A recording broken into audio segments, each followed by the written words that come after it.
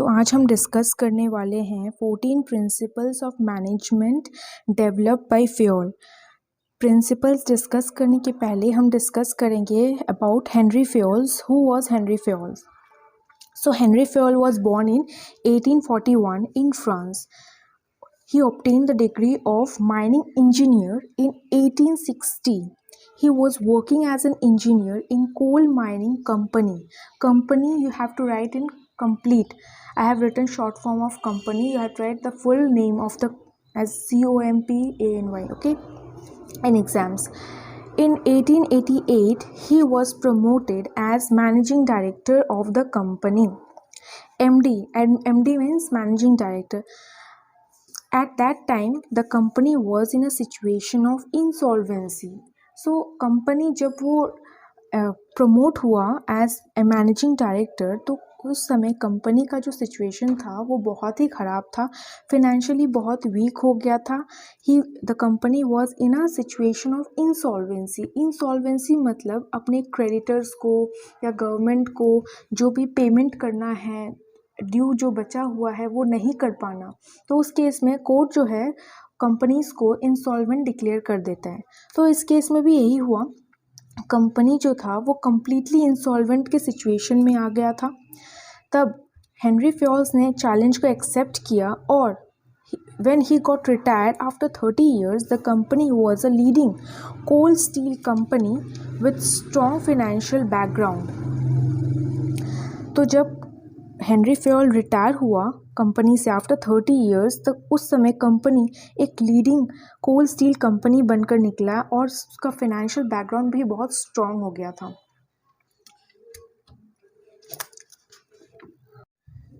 Principles of management developed by Fayol's. So the first principle is division of work. Fayol's का मानना है कि काम को छोटे छोटे पार्ट्स में या छोटे छोटे यूनिट्स में डिवाइड कर दिया जाए to employees according to the capabilities of the employees. इससे क्या होगा, एम्प्लॉयज़ का एफिशिएंसी बढ़ेगा, उसका स्पेशलाइजेशन बढ़ेगा उस काम में, काम बहुत टाइम पे कंप्लीट हो पाएगा, within time the work gets completed. Okay. Authority and responsibility. Authority means power to take decisions. Responsibility मतलब क्या, ड्यूटीज़ या फिर obligation to get the work completed on time. आपको जो काम दिया गया है उस काम को टाइम पे, दिए गए टाइम पे कंप्लीट करो, ये आपका ड्यूटी बनता है, ये आपका ऑब्लिगेशन है, इसे बोलते हैं रिस्पॉन्सिबिलिटी। अथॉरिटी मतलब पावर, आपके पास कुछ पावर है। अब इसका मतलब समझते हैं, how Fayol's explain it. Authority अगर ज़्यादा हो जाता है then responsibility, it is not good for the organization. If responsibility get increased then also it is not good for the organization. So there should be a correct proportion of authority and responsibility. Authority, if more than responsibility, not good. If responsibility is more than authority, this is also have a negative impact in the organization. So there should be a proper combination of authority and responsibility. So इसका अब हम लोग positive effects देखते हैं क्या होता है।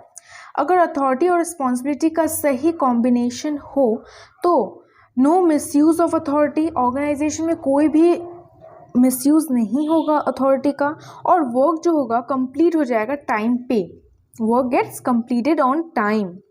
सो the next principle is discipline. Discipline मतलब क्या होता है, discipline refers to following code of conduct, rules, regulations of employment.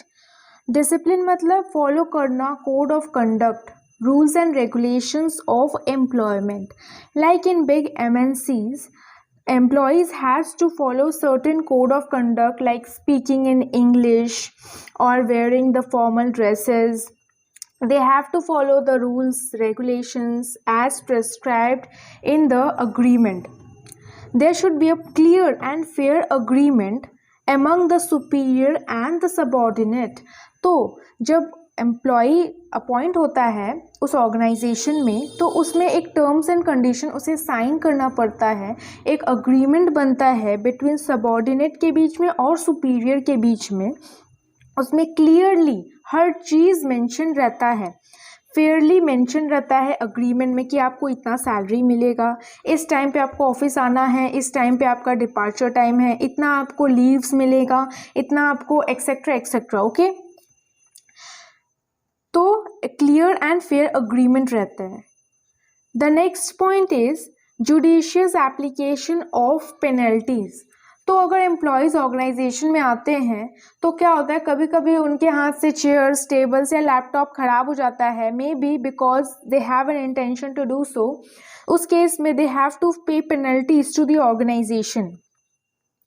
Discipline is required at superior levels and subordinate level. तो डिसिप्लिन सिर्फ सबॉर्डिनेट और सबॉर्डिनेट लेवल में ही नहीं बल्कि सुपीरियर लेवल में भी चाहिए। Discipline is required in the entire organization. अब डिसिप्लिन का पॉजिटिव इफेक्ट क्या है?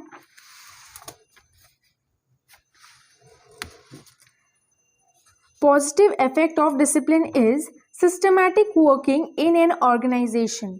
ऑर्गेनाइजेशन में सिस्टमैटिक वर्किंग हो पाता है। It improves efficiency of the employees. Okay, the next point is unity of command. As per this principle, employee, EE means employee. Employee receives order from one boss only and accountable to one superior only. इसका मतलब कि एक employee है, अगर वो appoint हुआ है then he should be accountable to one boss and he should receive orders from one boss only. वो रिस्पॉन्सिबल नहीं होगा किसी और बॉस के लेकर।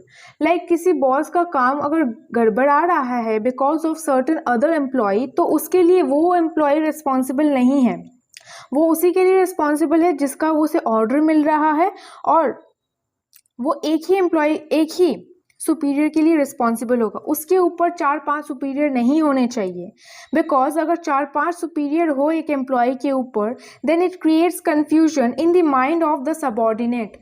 एम्प्लॉयज़ या सबॉर्डिनेट के माइंड में कन्फ्यूजन क्रिएट ना हो, इसीलिए यूनिटी ऑफ कमांड फॉलो किया जाता है। No ego clashes. इसका और पॉजिटिव इफेक्ट क्या होता है कि ईगो क्लैश नहीं होता है। अगर एम्प्लॉयज़ के 4-5 सुपीरियर्स होंगे तो ईगो क्लैश होने का चांसेस है। अगर एम्प्लॉय किसी एक सुपीरियर का काम कर रहा है तो दूसरे सुपीरियर को बुरा लग सकता है, तो ऐसा कुछ ना हो, इसीलिए एक ही सुपीरियर होना चाहिए। The next point is unity of direction. Unity of direction means that the effort of all the members and the employees of the organization, ORG means organization. Exams में आपको पूरा full form में लिखना है। I have written short form. You don't use short form in your exams. Okay? So, unity of direction means that effort of all the members and the employees of the organization must directed towards one direction. एक ही direction में flow करना चाहिए जितने भी efforts है, चाहे वो subordinate का हो, मेंबर्स का हो, बाकी एम्प्लॉयज़ का हो। ठीक है। The achievement of common goal. I 1 unit means 1 plan. एक यूनिट मतलब एक ही प्लान। अगर कोई प्रोडक्शन डिपार्टमेंट है उसका प्लान होना चाहिए कि हमें इतने सारे यूनिट्स बनाना है। अगर कोई सेल्स डिपार्टमेंट है उसका प्लान होना चाहिए that we have to sell this much of units. Okay, each unit should have 1 plan. Each unit have different plans also. इसका पॉजिटिव इफेक्ट क्या है? It helps in achievement of organization goals. तो इससे organisation goals को achieve होने में help करता है। Next point, effort of all the employees get unified in one direction only. तो एफर्ट्स जो हैं सारे ही एम्प्लॉयज का और सबऑर्डिनेट्स का, मेंबर्स का get unified in one direction. The next point is subordinate of individual interest to general interest. इसका मतलब क्या है? इंडिविजुअल इंटरेस्ट जो होगा उसके ऊपर ऑर्गेनाइजेशन का इंटरेस्ट होना चाहिए। Let us discuss. According to this principle the interest of organization must supersede the interest of individuals और एम्प्लॉयज। तो इंडिविजुअल का इंटरेस्ट या ऑर्गेनाइजेशन का इंटरेस्ट सबसे ऊपर होगा, ठीक है, उसके बाद ही किसी इंडिविजुअल एम्प्लॉयज़ का होगा interest. The manager must try to reconcile the individual interest with the organization goals. तो ये मैनेजर का काम है कि उस इंडिविजुअल इंटरेस्ट को रिकनसाइल करे with the organization goals, so that organization gets its goal on time. Manager must try to take all decisions in the organization by giving priority to the organization interest and not his personal interest। तो manager का ये duty बनता है कि वो organisation का interest जो है, ऑर्गेनाइजेशन का जो गोल है उसको प्रायोरिटी दे, ना कि अपने खुद के निजी लाइफ में जो गोल है उसे अचीव करने में लगे रहे। इसका पॉजिटिव इफेक्ट ये होगा कि ऑर्गेनाइजेशन अपने गोल्स को अच्छे से अचीव कर पाएगा, और इससे क्या फ़ायदा होगा कि कोऑर्डिनेशन बढ़ेगा between individual and organization goals. इससे क्या होगा, कोऑर्डिनेशन बढ़ेगा between individual and organization goals.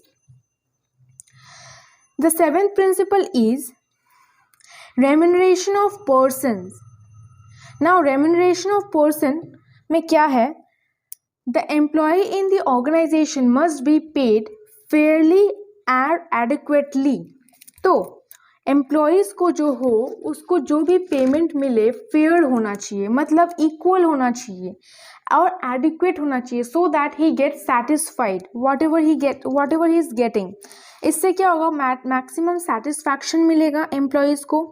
Wages and salary should be such that it would give reasonable standard of living. तो वेजेस और सैलरीज ऐसा होना चाहिए जिससे एम्प्लॉयज़ का, ऑर्गेनाइजेशन में जो भी सबऑर्डिनेट है, जो भी कर्मचारी है, उनका स्टैंडर्ड ऑफ लिविंग सही हो, रीजनेबल हो। इसका पॉजिटिव इफेक्ट क्या होता है, एम्प्लॉय गेट्स मोटिवेटेड, एम्प्लॉय को मोटिवेशन मिलता है। जैसे सैलरी, किसी पर्सन का सैलरी 30,000 पर मंथ है, अब उसका सैलरी 5 साल बाद भी वही रहा, सो ये क्या सही है, नहीं, as per the market rate उससे बढ़ना पड़ेगा। तो एम्प्लॉयज़ का सैलरी बढ़ते रहना चाहिए, उसे सही सैलरी मिलना चाहिए जितना उसे as per his designation he should get. Okay, इससे लोगों को सेटिस्फैक्शन मिलता है, मोटिवेशन मिलता है काम करने को लेकर, और टर्नओवर ऑफ एम्प्लॉयज़ भी कम होगा। टर्नओवर ऑफ एम्प्लॉयज़ मतलब क्या होता है कि एम्प्लॉयज़ छोड़ने का जो चांसेस है ऑर्गेनाइजेशन से वो कम हो जाता है। इससे ऑर्गेनाइजेशन का क्या होगा, कॉस्ट जो है वो कम होगा। कैसे, अब किसी ऑर्गेनाइजेशन में अगर कोई एम्प्लॉय छोड़ देता है तो उस केस में उसके जगह दूसरे एम्प्लॉय को अपॉइंट करना पड़ता है ऑर्गेनाइजेशन को। तो कॉस्ट ऑफ ट्रेनिंग, नया एम्प्लॉय को अपॉइंट करना, इन सब का कॉस्ट बहुत ज़्यादा पड़ जाता है ऑर्गेनाइजेशन को लेकर। इसलिए ऑर्गेनाइजेशन को कोशिश करना चाहिए कि किसी भी तरीके से एम्प्लॉय को रिटेन कर पाए, so that the turnover of the employee get decreased. Turnover मतलब एम्प्लॉयज़ का जो चेंजिंग ऑफ द एम्प्लॉयज़ वो कम हो जाए, जो पुराने एम्प्लॉयज़ है वही रहे। ठीक है। The eighth point is centralization and decentralization। So Fayol का मानना है कि ऑर्गेनाइजेशन में एक सही कॉम्बिनेशन हो ऑफ सेंट्रलाइजेशन और डिसेंट्रलाइजेशन का, depending upon the nature and the size of the organization। Now what is centralization? Centralization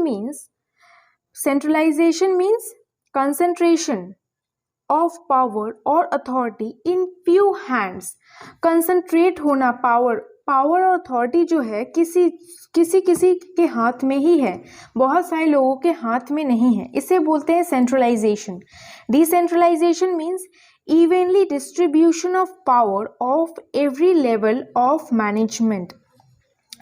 जो पावर डिस्ट्रीब्यूट किया गया है वो हर एक लेवल ऑफ मैनेजमेंट में डिस्ट्रीब्यूट किया गया है इवनली, इक्वली। ठीक है। According to Fayol, a company must not be completely centralized और डिसेंट्रलाइज्ड। तो फेयोल का मानना है कि किसी भी कंपनी में पूरे तरीके से ना ही सेंट्रलाइज किया जाए और ना ही पूरे तरीके से डिसेंट्रलाइज किया जाए। There must be a proper combination of both depending on nature and size. तो ऑर्गेनाइजेशन का अगर नेचर ऐसा है, साइज ऐसा है, तो उस हिसाब से सेंट्रलाइजेशन डिसेंट्रलाइजेशन किया जाए. फॉर एग्जांपल, एक छोटा ऑर्गेनाइजेशन है, उस ऑर्गेनाइजेशन में कोई ब्रांचेस नहीं है, तो उस केस में सेंट्रलाइजेशन चलता है, डिसेंट्रलाइजेशन मिनिमम रहेगा. अगर ऑर्गेनाइजेशन का बहुत सारे ब्रांचेस हैं ऑल ओवर इंडिया में, या फिर वर्ल्ड वाइड भी उसके ब्रांचेस हैं, उसके ऑफिसेज हैं, उस केस में decentralization is required so that decision get taken faster. इसका बेनिफिट्स क्या है? बेनिफिट्स ऑफ सेंट्रलाइजेशन डिसेंट्रलाइजेशन ये होगा दैट जो भी बेनिफिट्स होता है सेंट्रलाइजेशन में, डिसेंट्रलाइजेशन में, वो अचीव कर सकते हैं. Next is this fast decision making eight operational level and strict control by top level. तो सेंट्रलाइजेशन और डिसेंट्रलाइजेशन का सही कॉम्बिनेशन होने से फास्ट डिसीजन मेकिंग हो पाता है और एक कंट्रोल भी रहता है bye top level management. Okay, so the next principle is principle of scalar chain. So scalar chain का मतलब क्या होता है? Scalar chain का मतलब कि अगर कोई इंफॉर्मेशन है, वो अगर ए को ई से बात करनी है, कोई इंफॉर्मेशन पहुंचाना है, तो उसे पहले बी को बताना पड़ेगा. He has to communicate first to B, C, D and then finally the information will be inform to E. We have to follow the scalar chain in the organization as per Fayol's. But in case of urgency, we can break the rule of scalar chain, and in that case, we can follow the Gangplank. What is Gangplank? Gangplank is the shortcut where we don't have to follow the scalar chain. So now let us discuss one by one. Scalar chain means line of authority or chain of superiors from highest to the lowest rank. It means a line of authority from highest to the lowest rank. Fayol insists that it should be followed strictly in the organization. Every information must pass through every key of these chain. It may lead to delay in case of emergency and urgent information. Fayol permitted a shortcut called as Gangplank. Here we can directly make communication between two employees. So what is the positive effect of this scalar chain? Systematic flow of information, and second is no communication gap in the organization. There won't be any communication gap in the organization. Now suppose if any information is to be intimated from A to E, then in the middle whoever is the authority should know that information. उसे भी वो information पता होना चाहिए. Like B, C and D should also know the information whatever the communication is there between A and E. So this decreases the communication gap. Okay. Principle of order. It means orderly arrangement of men and material, that is fixed place for everything and everyone in the organization. Example, when we go to the departmental stores, there are different sections, like section of t-shirts, section of grocery products. So according to our needs, we go to that particular section. अगर हमें grocery सामान चाहिए तो grocery के लिए हमें grocery का section में जाना पड़ेगा. अगर हमें कुछ और प्रोडक्ट्स चाहिए, कॉस्मेटिक प्रोडक्ट्स, तो हमें कॉस्मेटिक प्रोडक्ट्स का जो सेक्शन है वहाँ जाना पड़ेगा. इसी तरीके से ऑर्गेनाइजेशन में भी हर सामान का, चाहे वो मटेरियल हो या फिर मैन हो, इवन मैन, हर चीज़ का, हर सामान का प्लेस जो है वो फिक्स्ड रहता है. इससे फ़ायदा क्या होता है? No wastage of time and energy and smooth and systematic working in the organization. जो भी काम होता है ऑर्गेनाइजेशन में वो स्मूथली होता है, सिस्टमैटिकली होता है. 11th principle is principle of equity. It means kind, fair and just treatment to employees. Now इसका मतलब क्या है कि एम्प्लॉय के साथ काइंड हो, पोलाइट हो, अच्छे से बात किया जाए, उनके साथ फेयर एंड जस्ट ट्रीटमेंट किया जाए. It means that each and every employee should be treated equally. किसी के साथ भेदभाव ना किया जाए, सो दैट वो अपना मैक्सिमम एफर्ट दे पाए. Equality means no discrimination on account of sex, religion, language, caste, belief, nationality. For example, MNCs वगैरह में बहुत सारे डिफरेंट एम्प्लॉयज़ होते हैं, इरिस्पेक्टिव वो कौन से नेशन से आए. कुछ एम्प्लॉयज़ चाइना के होते हैं, कुछ इंडिया के होते हैं, वो एंड ऑल. ठीक है, वो कोई भी रिलीजन हो, कोई भी कास्ट हो, सबके साथ इक्वल ट्रीटमेंट किया जाता है. तो इसका पॉजिटिव इफेक्ट क्या होता है? That employee get satisfied. Employee को फुल सेटिस्फैक्शन मिलता है. Employee get motivated and boost, और इससे उनका मॉरल्स भी बूस्ट अप होता है, वो और अच्छे से काम कर पाते हैं. The 12th principle is stability of tenure of personnel. इसका मतलब क्या है जानते हैं. इसका मतलब है कि नॉर्मली ऑर्गेनाइजेशन में जितना हो पाए कम से कम टर्मिनेशन और ट्रांसफ़र होना एम्प्लॉयज़ का.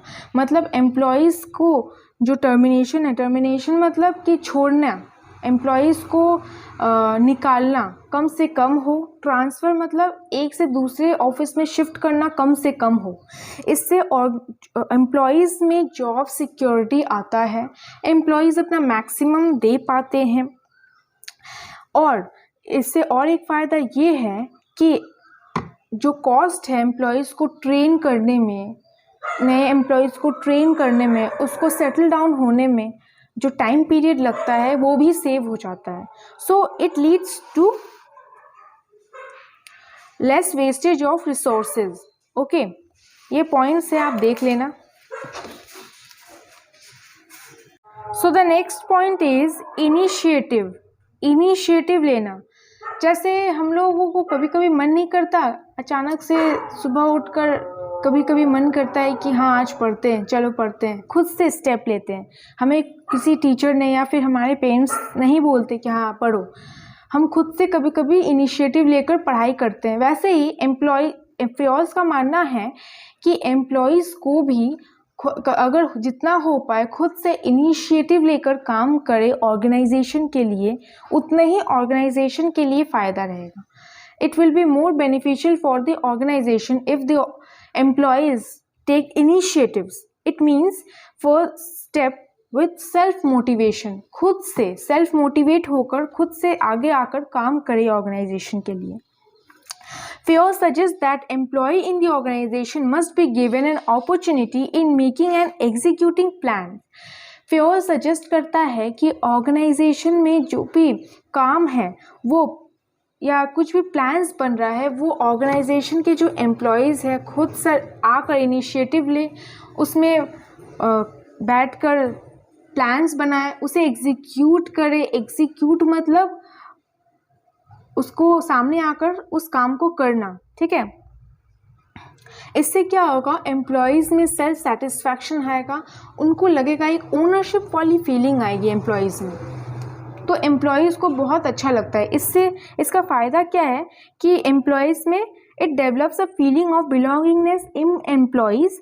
It motivates among employees. ठीक है, तो एक बिलोंगिंगनेस फील होता है एम्प्लॉयज़ को और एक मोटिवेशन भी मिलता है एम्प्लॉयज़ को. Okay, the next point is esprit de corps. Esprit de corps में फेयोल्स का मानना है that management must develop team spirit, unity and harmony. Management को डेवलप करना चाहिए टीम स्पिरिट, यूनिटी और हार्मनी. टीम स्पिरिट मतलब कि साथ में मिलकर काम करने का एक जज्बा. जैसे क्रिकेट टीम में होता है ना, टीम स्पिरिट रहता है, वैसे ही यूनिटी, एक यूनिटी होना, साथ में मिलकर काम करना. हार्मनी होना मतलब बिना एक दूसरे से लड़े एक साथ जुटकर काम करना. ठीक है, दीज आर ऑल इंटरलिंक्ड. इससे क्या होगा, ये it brings coordination and cooperation among employees, employees में कोऑर्डिनेशन लाता है, एम्प्लॉयज़ में एक कोऑपरेशन आता है, क्रिएट होता है इस प्रिंसिपल्स को फॉलो करने से। मैनेजर को यूज़ करना चाहिए वी इंस्टेड ऑफ आई। ये नहीं बोलना चाहिए कि मैंने किया है, मैनेजर को ये बोलना चाहिए कि हमने मिलकर किया ये काम। इससे क्या होगा, सब लोगों में मोटिवेशन आता है कि हाँ हम लोग सब इसमें इन्वॉल्व थे, तो अगली बार से वो लोग और अच्छे से काम करेंगे। इसका पॉजिटिव इफेक्ट ये है, it develops team spirit. Next is it helps in achieving group goals. ठीक है। If you find this video useful, subscribe to this channel. Thanks for watching.